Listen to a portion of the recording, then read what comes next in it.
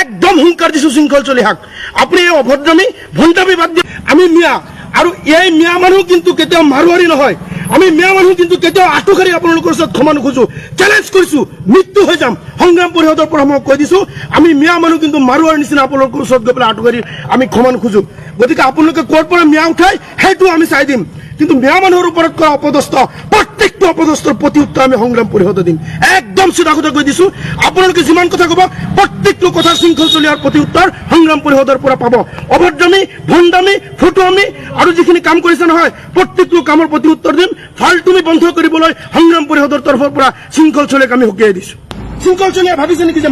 মাৰোৱাৰী মানুহ তেখেতক দম দিয়াৰ কাৰণে এই মানুহখিনিৰ পৰা চান্দা সংগ্ৰহ কৰাত তেওঁলোকে নিদিয়াৰ কাৰণে তেওঁলোকক দম দিছে আঁঠুকাৰি ক্ষমা কৰিছে আৰু সেই মাৰোৱাৰীৰ দৰে আমি ক্ষমা খুজিম আৰু আমি মিয়া মানুহখিনি ভয় খাম আৰু তেওঁলোকে ভাবিব লাগিছিল যে আজি মই শৃংখল চলিহাক কৈছো আমাৰ মিয়া মানুহ